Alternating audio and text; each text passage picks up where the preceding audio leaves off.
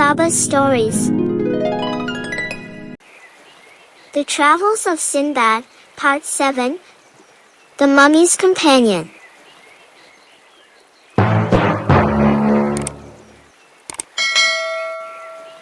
In the previous episodes of Sinbad's travels, we saw that he has gone through strange events. A trip to the island of monkeys, escaping from giants and the guardian of diamonds, and many events that he barely survived. He gained a lot of wealth and returned to the city of Baghdad. He got married and had a child. But his interest in adventure and traveling to distant lands and getting to know different people made him think to start a new journey. And now the continuation of the story.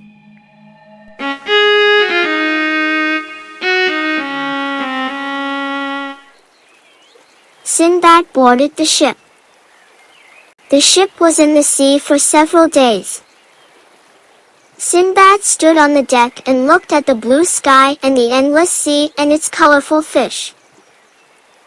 One day the sea became stormy. It was a severe storm. The long and furious waves hit the hull of the ship and separated its planks. The ship and everything in it sank in the sea. Sinbad and other passengers swam in the sea for hours.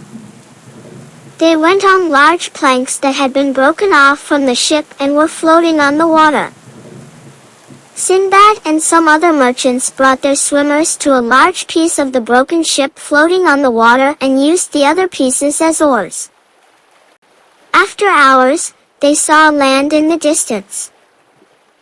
They were very happy and reached the land. They began to travel around the island and ate its fruits.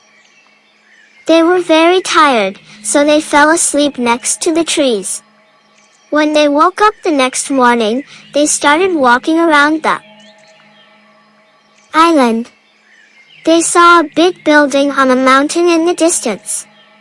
They walked for hours until they reached that building. When they entered the building, they saw some people who were not wearing clothes. They only covered a part of their body with leaves. Without saying a word, they pushed Sinbad and his friends and took them to their king. The king's servants brought dishes full of food and drinks to Sinbad and his friends. The foods were strange and no one had seen or eaten those foods. Sinbad's friends started eating happily. Sinbad said to himself in surprise, "These people who have such a big palace and have provided all these precious and valuable things in their palace. So why are they not wearing any clothes? It is clear that their thinking and rituals are different from other people."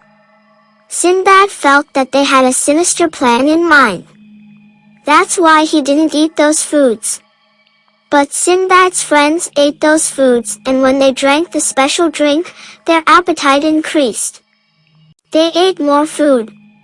Little by little, the mood of his friends changed. They didn't know Sinbad anymore, and they didn't even talk to each other. They only thought about eating. They were getting fatter and fatter every day. Sinbad did not want to eat those foods and lose his senses like them and only think about eating and sleeping. So one night he slowly left the building and started running quickly. He ran away from there. He ate from the plants and leaves of the trees and continued on his way again. 7 days passed in the same way and he left there. One day he saw some people working in a field. He was very worried.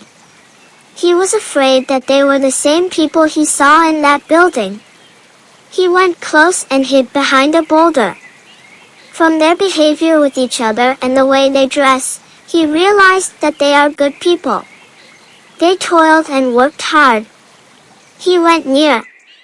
They were surprised to see Sinbad and invited him to go to their house. Sinbad told them what he had seen.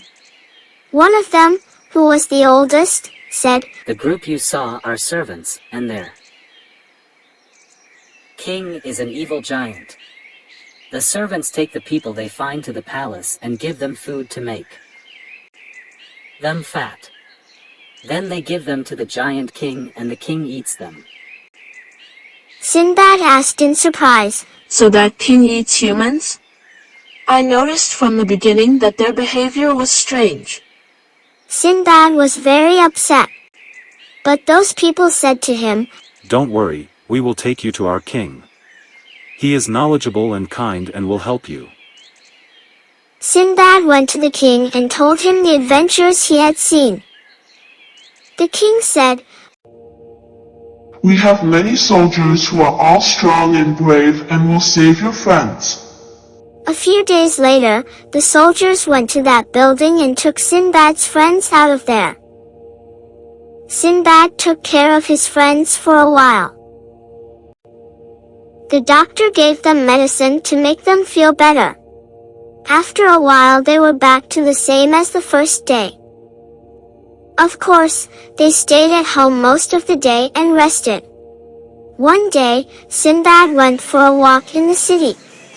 It was a beautiful city and the people of that city made and sold valuable and delicate items. They were very kind and polite. Sinbad said to himself, I wish I still had money and wealth and could buy these goods and trade with them. But now I have no more money. But I must think carefully and I must not be disappointed. If I try, I can have a good life again. As he was standing, some horsemen passed in front of him. When he looked at the riders, he noticed that they were riding horses without saddles. When he returned to the palace, he asked the king, Why don't you put saddles on your horses? The king said, We do not know what a saddle is at all. Sinbad said, If you put a saddle on the horse, you can ride more easily. If you give me the tools I want, I will make a strong and good saddle for you. The king ordered to prepare everything he needed. Then Sinbad made a strong saddle with the help of wool, wood, and leather and then explained to the blacksmith how to make a frame and its rings. When the saddle was ready, he put it on the king's horse. The king got on the horse and smiled happily and said, It is very pleasant to ride in this saddle. Then he gave Sinbad a lot of gold coins as a reward. When the minister saw the saddle, he asked Sinbad to make a saddle for him. After him, other nobles of the court came to Sinbad. Sinbad asked a carpenter and a blacksmith to work with him. In this way, he quickly made a lot of saddles and sold them to others. He accumulated a lot of property in this way. The people and elders of the city got to know him. Sinbad treated them well and the people respected him. One day the king said to Sinbad, You are very kind and kind. I ask you to stay with us forever. The king insisted so much that he was cold.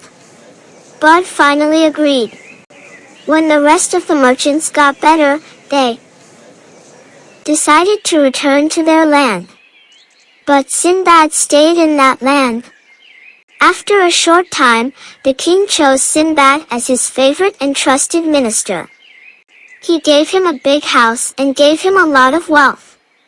Sinbad, who had gone on various trips and was tired of various events, decided to live there for a while. One day, he heard that the king was not doing well at all, and the doctors were disappointed in his treatment. When he was next to the king said, I am very happy that you came to this city and agreed to be my minister. Sinbad said with surprise, Your companion and caretaker? I am healthy and fresh. I think it is not yet time to come with you. Everyone around looked at Sinbad with surprise. One of them said, In our land, it has been the custom since the past until now that when the king dies, his most beloved minister is buried with him. Sinbad said, But this is not true. Whenever God wills, a person dies. You should not act like this. Why are you doing this?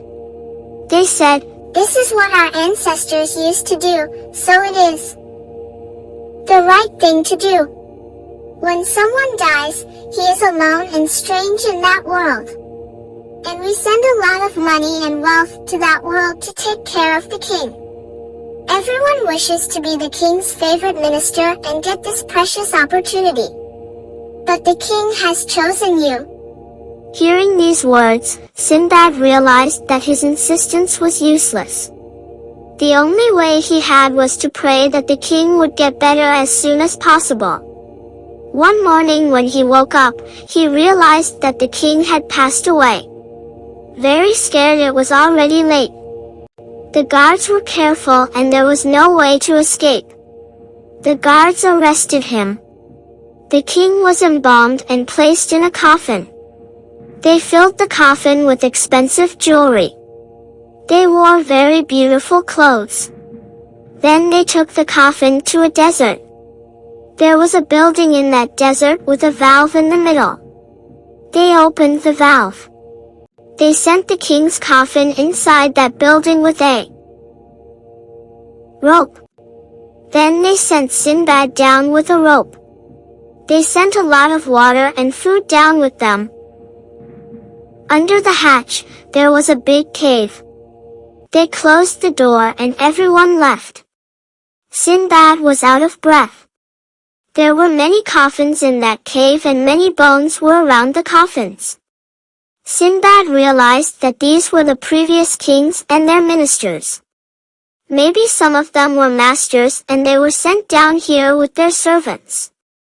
He said to himself, I have the right to whatever trouble happens to me. I should have returned to my city and country, and I should not have lived in this strange city. Having a comfortable life in the palace, I did not return home. This is life in exile, and the troubles that befall me are my punishment. He eats a little of those foods every day.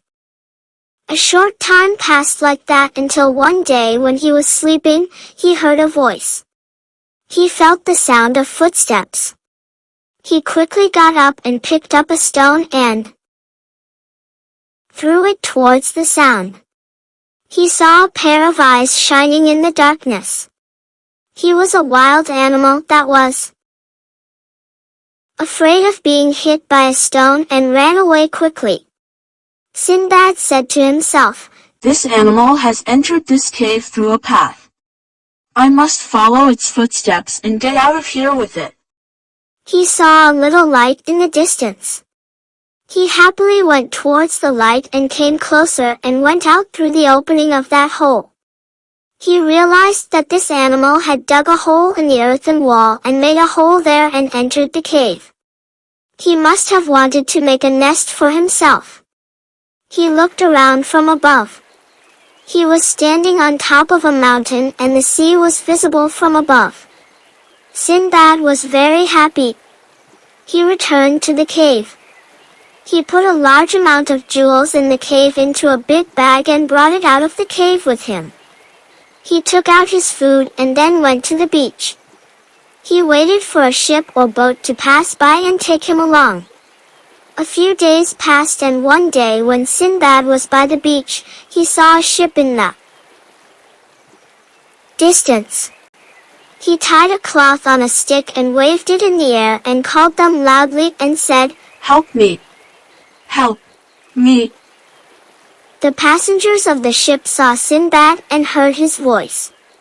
Some people sat in a small boat and came to Sinbad. When they approached, they asked, Who are you and how did you come to this beach? In all the years that we passed this way, we still did not see anyone living there. Sinbad said, I am a merchant. I was traveling on a ship for business in the sea. The sea became stormy and our ship sank. I boarded the broken boards and brought myself to this beach. They put Sinbad on their boat and took him to the ship along with the jewels he had taken out of the cave. When they reached the ship, the captain said, How did you come here? I haven't seen anyone living here yet. I always saw only plants and animals.